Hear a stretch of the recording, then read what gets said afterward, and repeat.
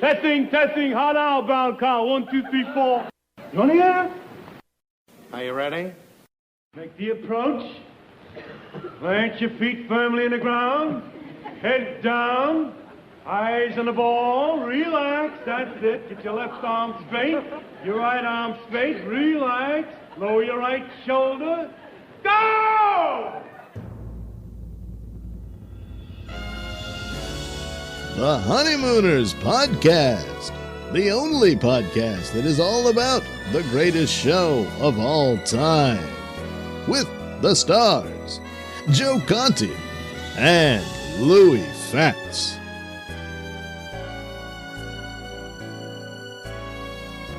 Welcome, fellow raccoons and members of the Women's Auxiliary. What's happening, all you Hurricanes, Bensonhurst Bombers, and all you Ziggies of the world? You're listening to the Honeymooners Podcast with me, Joe Conti, and my pal Louis Fatts. My greatest concern has always been easing the strain on my drivers. What with the traffic, overcrowded buses, trying to maintain a schedule. I didn't know you're doing a one-man show. The only discussion-based podcast I'm all done for about the greatest show of all time. We record in the Non-Productive Studios at 328 Chauncey Street in Brooklyn, New York. Subscribe to the show wherever you get your podcasts, and if you're on iTunes, give us a 5-star rating and leave a positive review. Our home base is non-productive.com/honeymooners. That's if you want to listen not in podcast, but on a website. Don't forget to like our Honeymooners Podcast Facebook page. Follow us on Twitter. And if you want to leave us a voicemail, call the number 240-442-2635. What's happening, Lou? Joe, number 56. That's right, number 56. And we all know if you're in the New York area, yeah, there's only 156. And who's that? Lance Mel, New York Jets. That's right, he was a linebacker. He was a linebacker. As close as you can get. Now, of course, we're talking about LT. Lawrence Taylor. Yes. Oh, I got to congratulate Joe here. Joe, don't notice. Oh. Joe, happy anniversary. What's that? 52 years since the Jets won the Super Bowl. I think it was last week. Yeah, it was great. I was in my mother's belly when they won the Super Bowl. I was not alive yet. I was. I remember. Did you watch it? Oh, yeah. Yeah, you were a kid, but still, you watched it? I watched it. Yeah, I watched every one. Quick little thing. My one friend, he's been a fan, Jets fan forever. Mm-hmm. He was 12 years old when they won. Right. He didn't have a football team until he saw that. Right. And he loved it, and it was Joe Namath and all that. And he was like, this is going to be great. We're going to win the Super Bowl every year. Yeah, that didn't happen. So I'm about the same age as your friend. I was about the same age. Yeah, he was 12, I think. I was, yeah, exactly. So, what else? Listen, before we get started, we want to thank our sponsor, SilkCityHotSauce.com. Our pal, Jeff Kingfish Levinsky. Go to SilkCityHotSauce.com. Get yourself a bunch of great homemade, pal. Can't hurt you. Can't hurt you. Great, some homemade, not extremely hot but tasty hot sauces. Yeah, he's probably got one though. I think there's one on the list where you can really, cut yourself a new, a new one. Right. Yeah, blast you off to Pluto. But don't forget, Silk City. Yes, SilkCityHotSauce.com. And when you go there, when you buy your stuff, when you go to your checkout, put in RX in the coupon code and get yourself 15% off your purchase and get yourself a free bottle of cherry sriracha. Yes. That's right. So, and get my favorite, which is the Chipotle. And Louis' favorite, the, what is it? The Badass Jew. Badass Jew, yes. Yes. So number 55. And first of all. 56. Yeah, number 56. I'm sorry. Yeah. That was Bobby Houston, the linebacker from the Jets, 1993. Oh, it was Chris Hanberger from the Washington football team. The football team, yes. The Skins back in the day. Yes. So how do we want to start? First of all, I just wanted to bring up something. And most of the people listening do this when we talk about how we bring up certain things from the show. Yeah. I'll cut it. I would say to my dog, get up there. Get up there. So my wife, who does not watch the show, So the other day, she was doing something, and she was holding something, and she wanted me to pick something up. She wanted me to help her do something. Very simple thing. She's like, honey, can you please grab this so I can hold this? I'm like, must I do everything around this house? And she's like, what? I'm like, all right, I'll get that for you. Like, there was nothing. My wife. I'm surprised you didn't tell her next time, make 2 trips.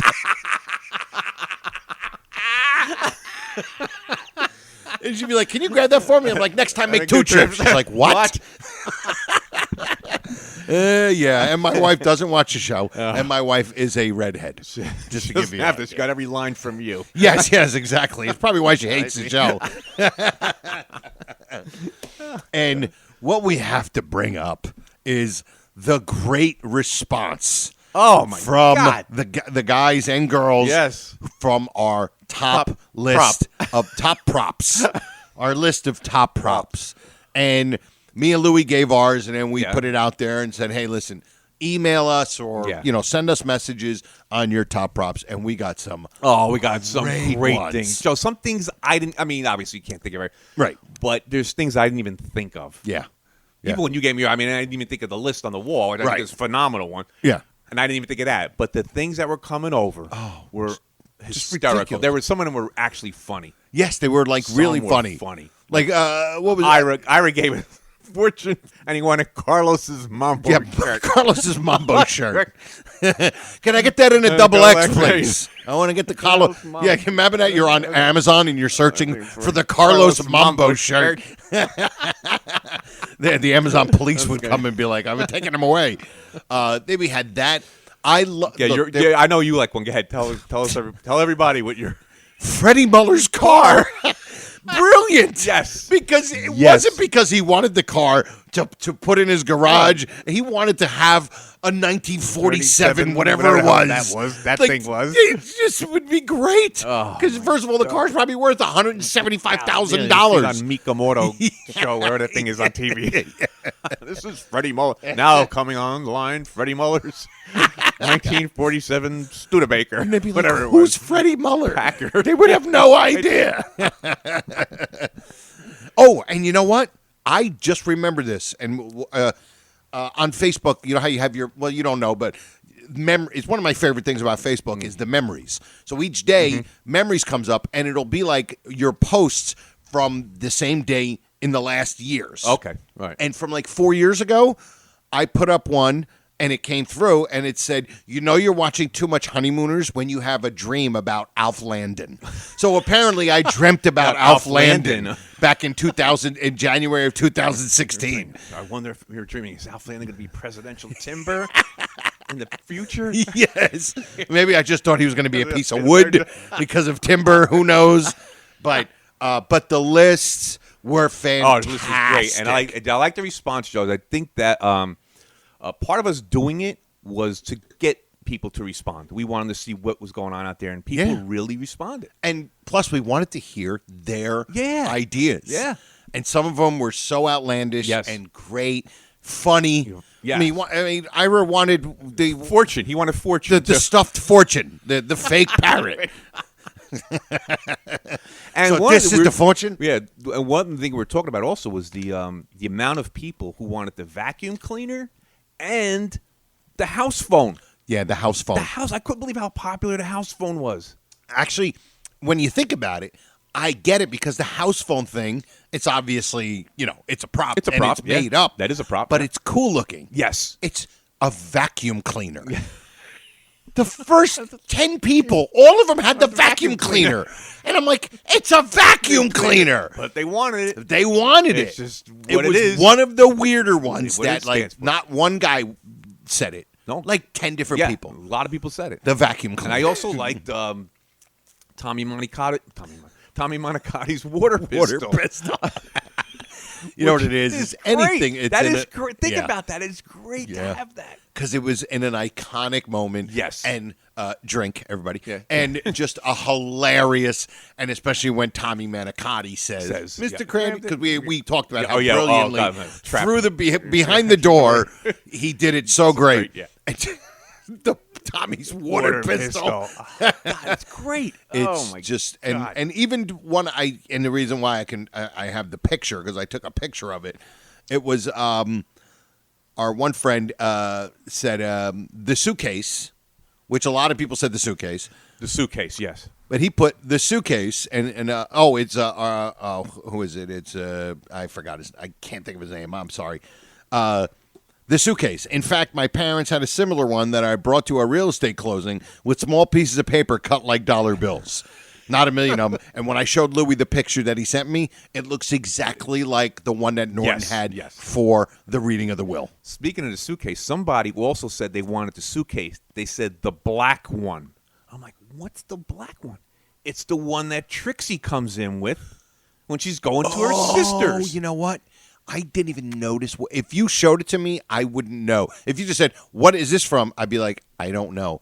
Because I never noticed her bag. Right. We talked about her bag. Remember, like she had this huge We talked about the idea that she's got this big thing where she's only staying overnight. Back the next afternoon. She's going to be back in 7 hours. Yeah, she's got this huge ballige carrying it. And so but that was the black. I'm like, when he said the black suit, I'm like, what is the black No, it's suit? silver. It's got little black marks on it. It was black. It's a solid black with like little white trim around it. He wanted Trixie's suitcase. Trixie's bag. That is, it was. How about the other one? Somebody wanted the bell with Thelma Thelma's and the box. bell. They said they wanted the bell and the box. What was the box? The box came. The bell came in a box. Remember? Came in a box, a little white box. That's right. The box. One thing we learned is that there is so much mental illness. In the raccoons, in the raccoons, raccoondom that is going on with this podcast, but it was just so fun. Oh, it was great. Awesome. Thank you, Thanks, all of you, everybody, and please continue. Yeah, continue. We're gonna have more things that we're going to be able to ask. Even if another prop pops up in your mind, just email us. Just one prop. Bangzoom1956 at Gmail, or just go onto the Facebook page and do it there. Absolutely. All right, that was great. That was great. Thanks, everybody. That was great. Excellent. All right, so what do we want to do here? We want to. What are we going to do? We're going to do. I think we're going to do the joke that didn't get the love. Yeah. This is a joke that we thought was hilarious. Yeah. And it got a chuckle. Yeah. Right. And here we go. We get to listen to this idiot's voice. The Honeymooners I wouldn't send a night out on a dog like this. Don't you get it? I wouldn't send a night out on a dog. No, I don't get it. I don't think it's funny. Jokes that didn't get the love that they deserved. I heard him. I'm surprised you actually continued to listen, Alice, after you heard him. That terrible voice. All right, so we both agree this joke should have gotten a bigger laugh. It got a chuckle. But it should have got a bigger laugh. Joe, it kind of, I want to say, maybe you need a little thought behind it. You actually have to think about. It's not like a ba-boom jokes. Like right. It just hits you. There's something he says the line. You really have to think about what he says. So now when you have to think, it's a brilliant joke. Yeah. Well, now when you have to think, the joke is gone. Yeah, especially live audience. Yes, live audience. You know, all there. They just thought the word was funny. I don't know. And it's from Ralph Cramden Inc. It's when they're out in Central Park. Yes. Central Park. Oh, God. Central Park. All right, and here it is. I don't know why a man of your age watches birds. Why shouldn't I watch them? They watch me, don't they? The only bird that watches you, Norton, is a woodpecker. No, it got a chuckle. A little chuckle. But what a great joke. It's a great joke. The only bird that watches you is a woodpecker. To say that you're a wood brain. Yeah, your head is made of wood. And you can see a woodpecker like just pecking on his head. Yeah, it's almost like the more you think of it, the funnier it gets. Yeah, like you're actually picturing literally a bird hitting Ed Norton in the head. Yeah. It's just absolutely beautiful.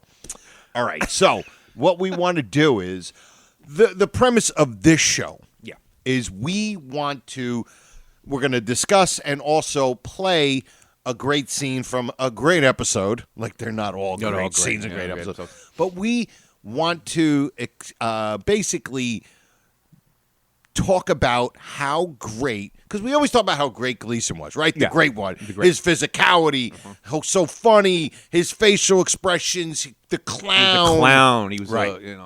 He was a great actor. He was.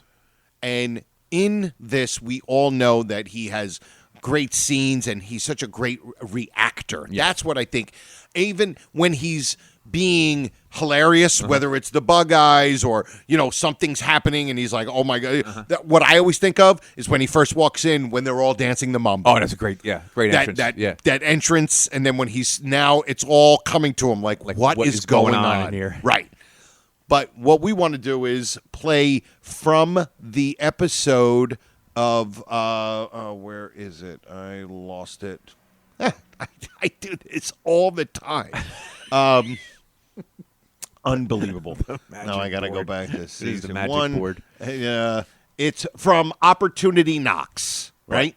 And if you want to just set it while I'm doing it, we're setting it up here. It's the scene where they just come back from Mr. Marshall's. Right. And Norton, it's Ralph and Alice are talking to each other. Ralph is going through all this stuff, his emotions, and trying to accept the fact that Norton's going to be his boss. And then Norton comes down, and we all know the scene. Yeah. He's just furious with Norton because Norton is now going to be his boss. A job that he would want. Here we go. Would want, because it really wasn't a position until Mr. Marshall made it a position that night. Right, exactly. And apparently nobody got it. Here we go. Ed, what are the 3 corned beef sandwiches for? That's what he eats on the way to lunch. Oh, bye, Alice. And now he's just out of his mind. Yeah. He's so mad. He just stares at her. Stares at Trixie. Wow. I don't ever want you to see that girl again. And I don't ever want the name of Norton mentioned in this house again. Well, Ralph, what happened? Sneak. That Benedict Arnold. Oh, Norton? I told you never to mention his name in this house. Well, will you tell me what happened, Ralph? He talked Marshall into giving him a job. Even the way he says that, it's almost like he's breaking up. Yeah, it sounds like he's had like a little cry. Almost a little cry in his, him. Like in his voice. Yes, he gave Norton a job. Just the way he's emoting right now is fantastic. Yep. It's great. Here we go. A job with a bus company? Then why are you so upset? Because he's going to be my boss. Your boss? That's right. Marshall's making him a supervisor over the drivers. Norton? Yes, I asked you not to mention his name. Well, Ralph, how could you know who I mean. How could he talk Mr. Marshall into offering him a job like Very that? simple. He walks into Mr. Marshall's house and he starts making idiotic suggestions. Hold on. I just want to make a quick point. Go ahead. I know what you're going to say. You know what I'm going to say. He's making all these idiotic suggestions that ended up being his own.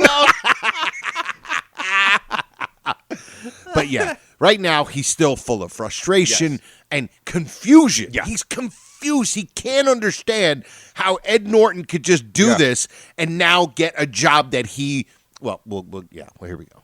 And with every suggestion, Marshall's going along with him like a dope, believing everything he said. You mean he offered him a job on the basis of his suggestions? Oh, sure he did. If I live to be 100 years old, I'll never forget tonight. I can hear every word Marshall said to him. Why, you'd be perfect for the job, Mr. Norton. My, that's a wonderful suggestion you made, Mr. Norton. Oh, Mr. Norton, I like a man who can stand and think on his feet. Norton works in a sewer. He's got to stand on his feet to think. If he sat down, he'd drown. A great joke. And even though, Big laugh at him. like everybody knows that he's always, blistering and boisterous, and even when you've been watching the Lost episodes where he's just screaming and yelling, he's constantly screaming. Yeah, screaming and yelling like a madman. But what he is doing, he is angry, but he's not like lunatic angry. No, he's so upset. Yeah. It's like he's angry, he's upset, he's frustrated, and he's confused. Yeah. Well, you gotta remember, this is like festering from the time that he left, from the time at Mr. Marshall's to now. To now. So you could be mad, but you're not going to be at an explosion because it's the Yeah, explosion it's an period. hour, Yeah, an hour and a half. An hour and a half. Get down to Subway, an hour and a half. So it's like that period is like the calming down. Right. Still upset. Very upset. But not lunatic blowing off the off the handle like the Army does. And they could have done that. But yeah, they could have. This, If it was the Lost episode, they would have. Yes. He would have been screaming and yelling for 3 hours. Right. Yeah. But this, because everything was just done perfect, as we know. Mm-hmm. Perfect 39. Yes. But here we go. A little bit more. And here comes the little. He's gonna change now. Sweetie, It's we gonna have shift. to face this thing realistically. Now, if Mr. Marshall offered him a job on the basis of his suggestions, he must have thought pretty highly of those things. And in that case, Ralph, that's what's upsetting you. It's a blow to your pride. It is not my pride, Alice. It is not my pride. Well, your status hasn't changed, Ralph. Your job is still the same. Let's face it, Alice. Let's face it. When he comes to work for the company, I quit. But why? I got my pride. Ralph, have you talked this over with Ed? I should say not. We came out of Marshall's house, I turned my back on him, and I walked right away from him. Well, Ralph, what makes you so sure he even wants the job? Maybe by this time he's thought it over and decided not to take it. After all, Ed's very happy at the sewer, Now and he's due for a promotion. His eyes changed. Yeah, now all of a Alice sudden is like, he's starting You're to. right. It's He likes magic. that job he's got. If he left the sewer, he'd be like a fish out of water. Second time he gets that job. What am I getting all upset about? There we go. Now he's actually got a little smirk. Yeah. Oh, Alice? Oh. No, it's very late. Excuse me for coming. I got to talk to you. I figured on talking to you on the way home, but you left me kind of sudden-like. Took time to change my Norton clothes. It's a very ticklish situation, and just a few things that you and me have got to straighten out. Now then, I know that all the boys down at the bus company realize that you and me are very good friends. Therefore, if I get this position, naturally, they're going to think that I'm going to favor you.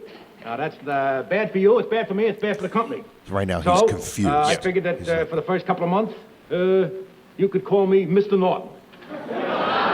That thing he does with his nose, Yeah. where now he's. Ed, And Alice. I don't think there'll be any necessity for that whatsoever. It's a very informal place.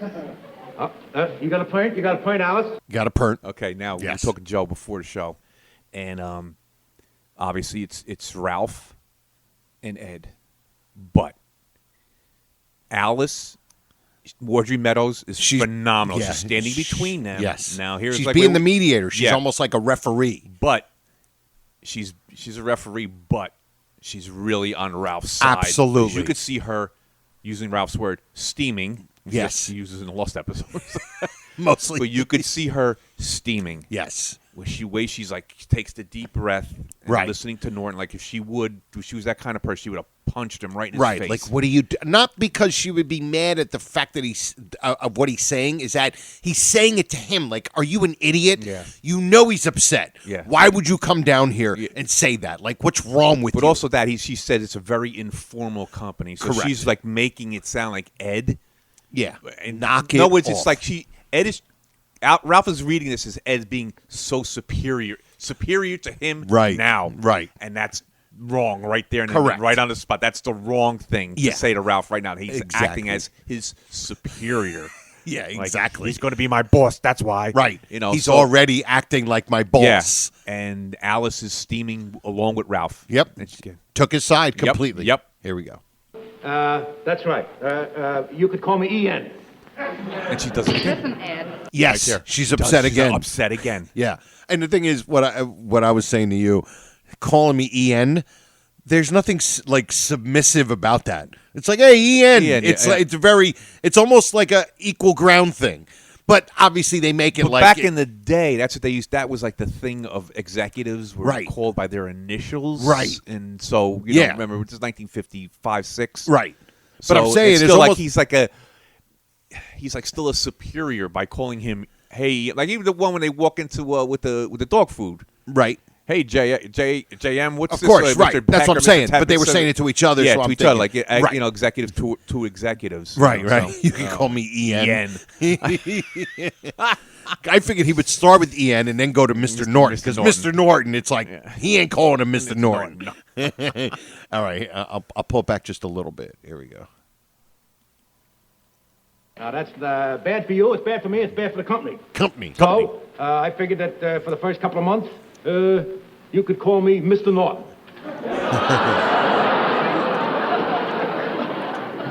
Ed? Yes. I don't think there'll be any necessity for that whatsoever. It's a very informal place. You got a point? You got a point, Alice? That's right. You could call me Ian. Listen, Ed. Why don't you wait until you get the job, and then those things will just straighten themselves out. Like he doesn't understand. Maybe you're right, Alice. Maybe you're right. Ralph, another thing. I know that during business hours and everything, we can't be real buddy-buddy, but just because I have an executive position, I don't want you to think that in any way will alter our friendship. And as long as I'm an executive in that bus company, you are sure of being a bus driver as long as you live. It's just the worst. This is my favorite throwout. It's, yes. Top 3 throwout. Oh, without a doubt. Because he's just Pointing. It's that, pointing. It's Yeah, that wiggle. So upset that he can't even speak. Can't even say it. He just wiggles his hand, pointing it. Yep. And the final one. Yep. That's no way to treat you. And it just explodes. Yeah. It's just like all brewing inside him, and it just came out and exploded in that one moment. Yep. That settles it. I'm quitting. He's so upset. Yeah. Now listen, Ralph. And now. You know and I know that you're not going to quit your job. But there's no sense in your feeling this way, Ralph, but you're just going to make yourself miserable. And then you're going to hate your job. And besides that, Ralph, you're just going to let everybody else at the bus company know that you're jealous of Ed. Me jealous of him? I love this. Jealous of him? Jealous of what? Jealous of what? Because he's got a job with his own office? Behind a big desk? With a secretary that he dictates to? Dictating what? Goes out and has lunch with Marshall? I'm jealous of that? Whoa, how I want that job! And now, here it is. This is the big transformation. There'll be other promotions and other executive jobs, and you just wait and see. You're going to get one of them.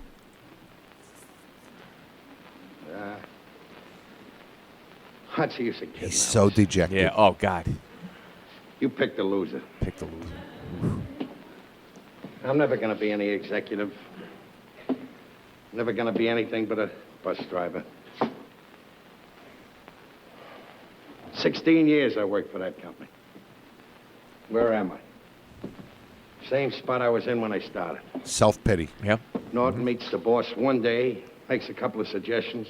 Look where he gets. It's the difference. I just haven't got it, that's all. You know, so somber. Yep. You're right. I'm just angry with Norton because of my pride. Stupid pride. Ralph, I'm not going to have you talk that way. You are a very valuable man in that company. Shouldn't have she said that right after he said, I'm a loser? I'm a loser. Go ahead, continue. Continue. Whoa. Don't talk like that, all right? Don't say, I'm sorry. I'd have a little fun with that. But you see what I mean? And now he's in the realization of what happened. Yeah. Mm-hmm. And he's resolved to the fact that Norton's going to get the job. Yeah. And he's okay with it. Mm-hmm. And, I like the way they call this executive. Like, he's probably. This is not like. I know. Like he's the I know. COO. It's like, I know. He's CFO. It's like if you're a mechanic. He's just the service guy. He's the service. He's your manager. He's wearing overalls. He's changing oil too. He's gonna be down in the depot with all the drivers. Exactly. And like, just driver supervisor. Yeah. Like, he's gonna have golden toilets. Yeah, really. His office is probably gonna be downstairs next to the locker room. Yeah, exactly. I don't know if they had what do they call them? The where cubicles? Yeah, he's got a cubicle. They didn't have, they had cubicles. Yeah, they then, didn't have but cubicles back then. Yeah, exactly. He's gonna be downstairs in a disgusting, smelly what do you call it, the warehouse? Like that. Yeah. All right. So now here, and this is the culmination of it, where it's him just being. I'm going upstairs. Why, Ralph? Going up, tell Norton I'm sorry I yelled at him and that I congratulate him. I'd like to see you a minute, Ralph. I wanted to see you, too. Well, I owe you an apology. An apology? Yeah. If it hadn't been for Trixie having such a good memory, I would have really done you an injustice. I was upstairs talking to her about my idea about odd and even buses, and she reminded me of your idea for alternate buses. Alternate buses. Yeah. Remember when you was having dinner And at our his house face. one night? You was Yeah. down and His off facial about the bus expressions schedule are and just everything. so I said, great. why don't they have alternate Yeah, buses? that's- Oh, I said to Mr. Marshall, odds and even bus. You said alternate. It was your idea. I just used different words. I got to thinking of it, but all of these suggestions that I gave to Mr. Marshall were yours. I just gave them to him in a different form of words, that's all. I guess the ideas were just stuck in the back of my head from listening to you. Great line. But what coming up. about that thing you said about the right guy for the right job? Well, that goes back to what you said about poor old Havemeyer when he got laid off the job. You were sore, you remember you said, put Havemeyer on the shift where it's not so busy and he'll do a good job. Remember? Remember? Yeah. Your trouble is you tell me all the wonderful ideas. Instead, you should be telling them to Mr. Marshall. And another thing, when you get ideas, write it down on a piece of paper. When you get these thoughts, write it down, jot it down so you don't forget it. I love the look that he gives him, Yeah. like Boy. as true admiration. Tonight, I was so proud of myself. Great I thought line. I had a wonderful head on my shoulders. Till I found out it was yours. Great. And he delivers it so I perfectly. apologize, Ralph. I'm sorry. And his face Yeah. is just, Yeah. it's great. I'm probably the most fortunate guy in the whole world to have a friend like you. Well, You're thank you. one of the nicest guys I know. And listen, you're coming with me tomorrow, you know. You're coming with me right down to Mr. Marshall's office, and I'm going to tell him that all the ideas that I gave him are your ideas, and you are the man for supervisor. Oh, thanks, Ed. And you'll still be a bus driver. I love it. And furthermore, And furthermore, wasn't his things comment. pan out the way that I think they will, and there's no reason why they shouldn't, and there's an opening in that bus company for me. I'd be glad to work for you. RK. And it's just a great scene. Oh, a great scene. Really is. Great scene. And now he's got that smile on his Yeah. face, and, like Yeah. it's a different world Yep. now. Yep. Guy's Different a pretty world. nice guy, ain't he? One of the best guys in the whole world. And she's got the great. You better write that down, Ralph, before you forget it. I'll write this down, too. Baby, you're the greatest. Actually, he was actually the greatest in this one. Yeah. But I was watching this the other day. Yeah. And I was like, I know it's surprising people that we were watching this Yeah. episode. And I said, the reason, I'll be honest, it was a listener a while ago, I can't remember who it was, said, could you guys think of maybe have your top 5 of Ralph going from a complete lunatic Right. to coming down in a short period of time or Yeah. something like that. And this was just, Yeah. it was just so great. He went through so many emotions. On a soundstage, Yep. live, in front of 1,500 people. Yep. And it was brilliant. Yeah, it's a play. He doesn't get the credit, Yeah. even to this day, on how great of an actor Yep. he was. Yep. You know? And I think, too, as we were talking before, in the scene in the pool room, when Mr. Marshall and Ed's giving Mr. Marshall all these ideas, Right. which happen to be Ralph's ideas, just watching Gleason's face during this whole time. Yes.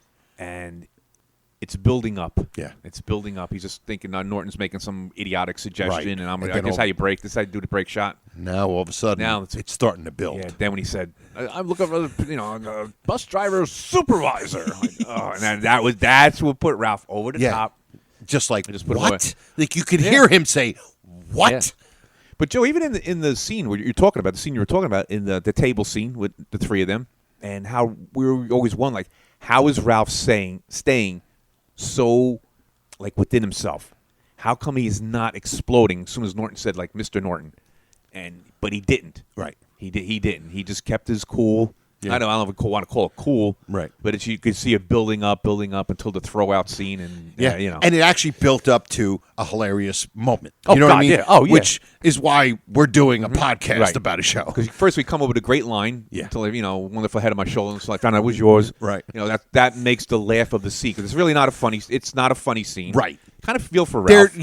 There's a couple of like uncomfortable moments Yeah, of little yeah. bit of little Because laughter. we're feeling for Ralph. 'Cause we Yes. know what he is. He just wants to get this promotion, no matter what it is. He Yeah. just doesn't want to be a bus driver anymore, and you see it. And this is what's eating at him. This would have been a job for him. Yeah, and I think Eating at him. everybody has gone through something like that. Yeah. Whether you were a teenager and you liked another person, a girl or a boy, and they like somebody else, Mm-hmm. Yeah. whatever it is, a job you wanted, anything. Yeah. We all can know what that's Yep. like, and he emoted it so beautifully. Yep. It was They just did. unbelievable. Kind of like somebody on one of the Facebook groups. Some bum. No, I don't know. maybe probably Some bum. Was talking about how on the Facebook pages, and I think you responded to him too. How we ripped the show up. Not only us. Yes. Not only us. We do it. It was the Honeymooners. It was a Honeymooners group, not the Raccoon Lodge. Not the Raccoon Lodge. It was a regular Honeymooners. The Honeymooners group. one, right? And then talking about how we rip it up and we Not. He's saying I hate when people do that. people. He wasn't talking about. No, us. not only us, because everybody on these pages do the same thing. They have a lot of fun. Right. With our show base. So today we really didn't rip anything up. No. We're not over yet, but. No, we do have a Louis observation coming up, so it could be eating your own words there. Give us a few minutes. But this is actually a scene we dissected like we were on PBS or something.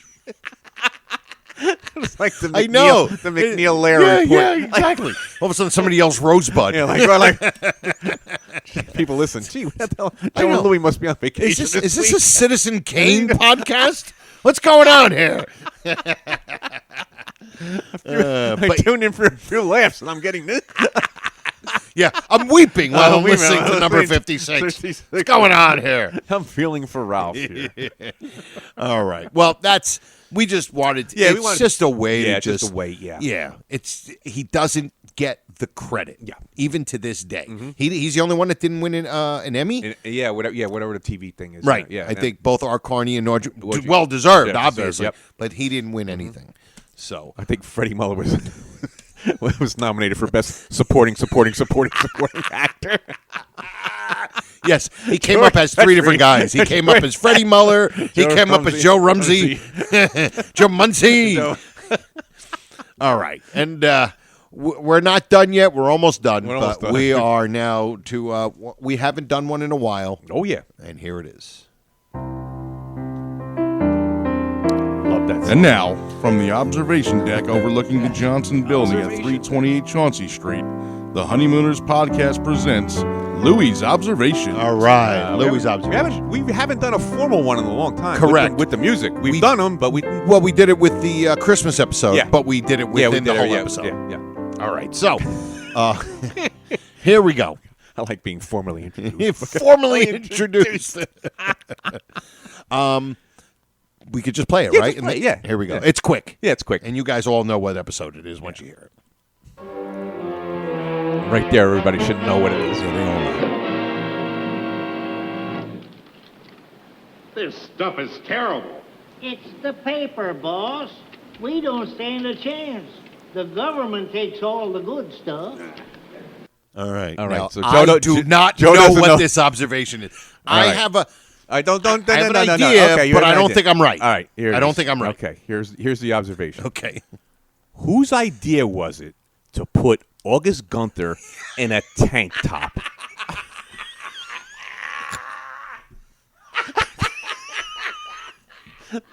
I'm like, it's like we're watching a prequel to the Cocoon. Yeah, like the Cocoon movie. Like, what made somebody do that?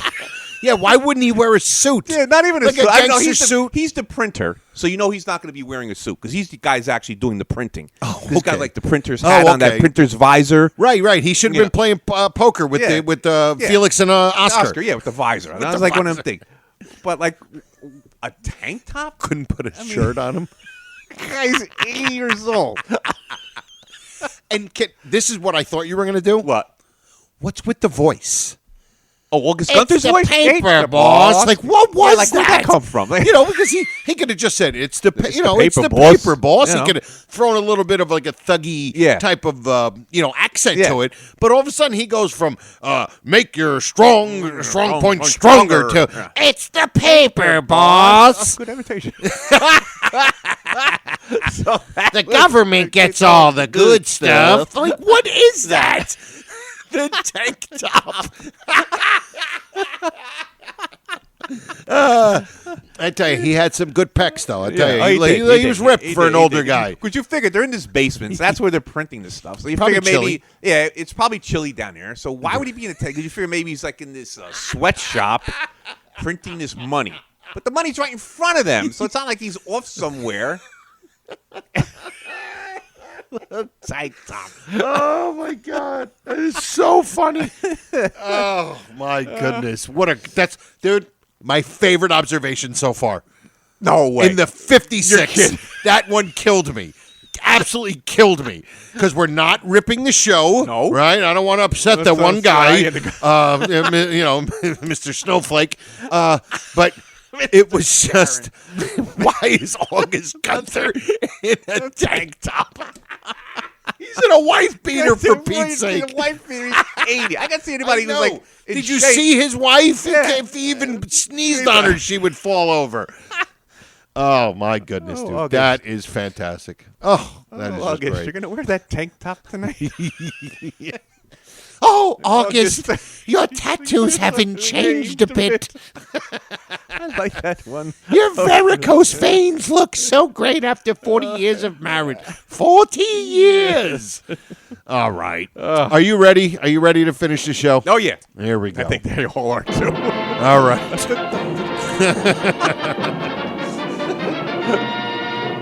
Now, Tom, who is our first guest, please? Our first guest, ready to leap the first hurdle on his way to the $99,000 answer, is our courier from Parsippany, New Jersey. With a tank top on. With a tank top in the freezing basement. Joe Conti. What beautiful biceps you have, August. Okay. Oh, August. All right. Now, this question, prepared by Professor Walter Newman. Yes, of course. Professor of everything. Everything. Your category would be everything. Everything. Okay, here we go, Joe. It's going to go back to the sleepwalker. Okay. All right. Now, Ralph and Ed are in the bedroom. Correct. What time is it that Norton gets up and actually starts to sleepwalk? They shoot the thing to the clock. Yes. It's probably the same alarm clock he used when the blabbermouth. Blabbermouth. I think it was 2 o'clock. Was it 2 o'clock? No. It was. I'm going to guess 2 o'clock or 2:30. No. 2:30? 2:30. Yeah. I have to go to the dentist. My wife does that joke all day. We do that joke all the time. It's the only time when I make dental appointments, it has to be 2:30. I actually, my father actually had to go to the dentist, and I said, "What time you going?" He said, "I gotta go." I mean, he's got the accent. I gotta go to the dentist at 2:30, and I go, "Of course, that's when you have to go." He didn't understand. No.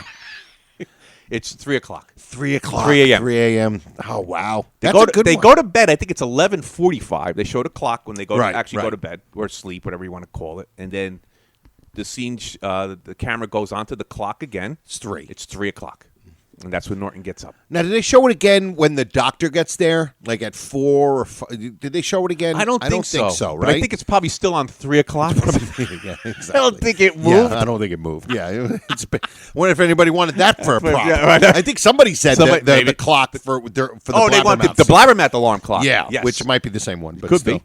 But very good wow, question. That's the question. 3 o'clock. 3 o'clock. All right. Well, what can we say? Episode number 56 in the books.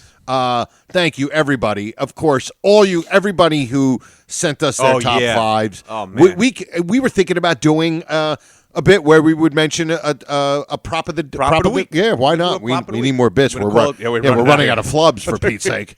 Top prop of the week. Yeah, maybe we'll do something with that.